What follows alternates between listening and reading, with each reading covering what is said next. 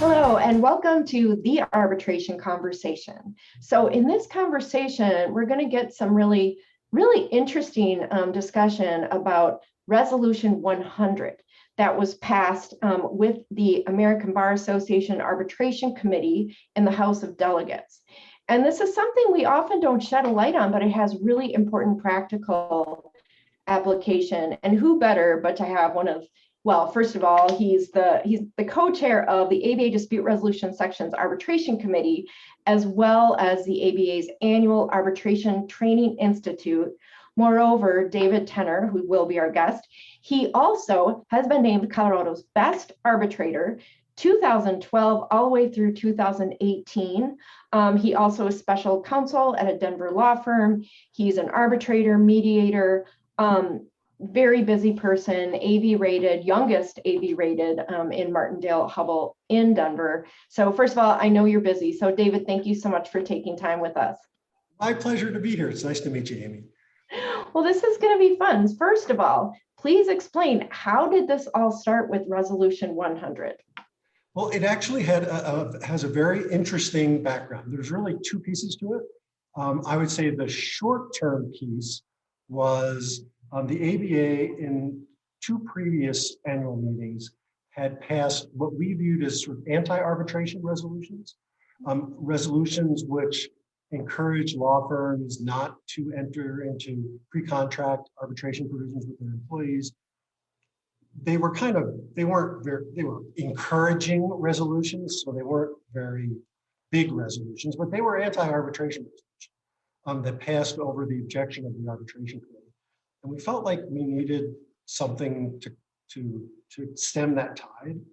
But I think the earlier problem, which caused sort of the anti-arbitration sentiment, was these New York Times articles. That came out, a few years ago, which were really anti-arbitration, which created this anti-arbitration sentiment. And we felt like it really wasn't fair because there's this core of arbitration, business-to-business arbitration, which everybody loves. It's not objectionable. And we felt like we needed to get that focused in so that we could pass a pro-arbitration resolution. Well, and quite honestly, it caught my eye because in my background before teaching, I did construction law. And of course, everything we did was arbitration. And it worked for many different reasons, and really can be seen as a problem-solving tool. So what exactly does Resolution 100 say? Well, let me read it for you. It's very short and sweet. Perfect. Resolved that the American Arbitration Association supports the use of arbitration of business-to-business disputes, both domestically and internationally, as an efficient and economical method of dispute resolution. That's it. Short and sweet, and we hoped and turned out it to be non-controversial. So how exactly did you get it passed then? What is the process? It's like making sausage. You don't really want to know. It starts with an idea. And here the idea came from the former chair of the dispute resolution section, Joan Stearns Johnson, who teaches at the University of Florida. And she, like us, felt like we needed to get something passed that was pro-arbitration. And she sort of tasked us with coming up with that concept. And our mantra became, we wanted to prepare something that was mom, apple pie, and arbitration. Nobody could object to it. Everybody would think that this was a good thing. And in going through that process, there were some things we knew we had to avoid. Have to avoid consumer arbitration. Have to avoid employment arbitration.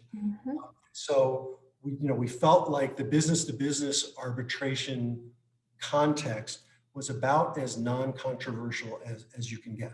So it starts with drafting. We drafted a resolution.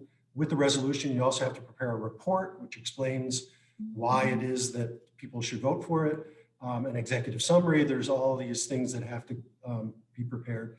then you get the approval of the section, the dispute resolution section of the ABA. And then once you do that, they send it off to what we call the big ABA. And the big ABA looks at it and makes suggestions and sends it back, and you tinker with it. And ultimately, they actually accept it to be voted on.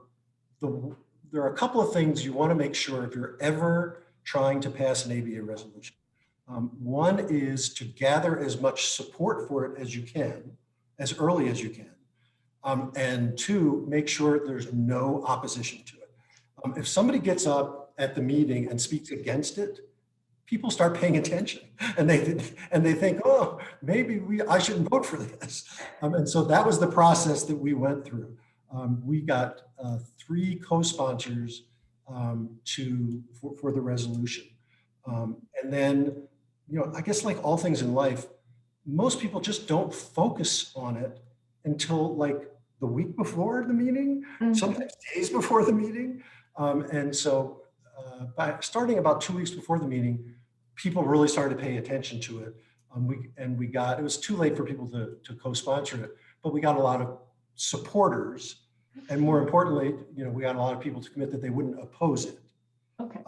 And nobody opposed it, and it kind of sailed through.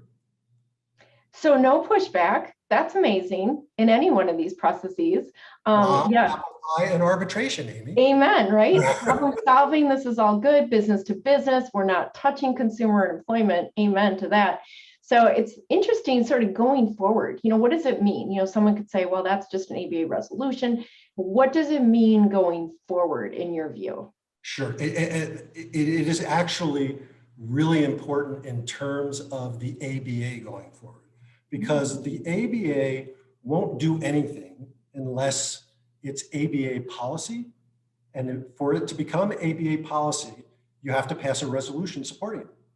And so, we're seeing things now like the FAIR Act, which is going through Congress. Well, if there's portions of that statute that we object to as arbitrators, the ABA won't take a position unless there's a resolution passed. And so now we have a resolution that supports business-to-business arbitration. That's ABA policy. And if something gets inserted into that act that is anti-business-to-business arbitration, now we can use the resources of the ABA and the lobbyists in Washington to lobby against that. And that's actually a pretty big deal. Yeah. It's interesting. It almost makes you sort of harken back to 1925 Federal Arbitration Act. You've got the New York Chamber of Commerce saying, hey, we want business to business arbitration. And it's really kind of reigniting that same sort of consensus around where arbitration came from in the first place. Yep.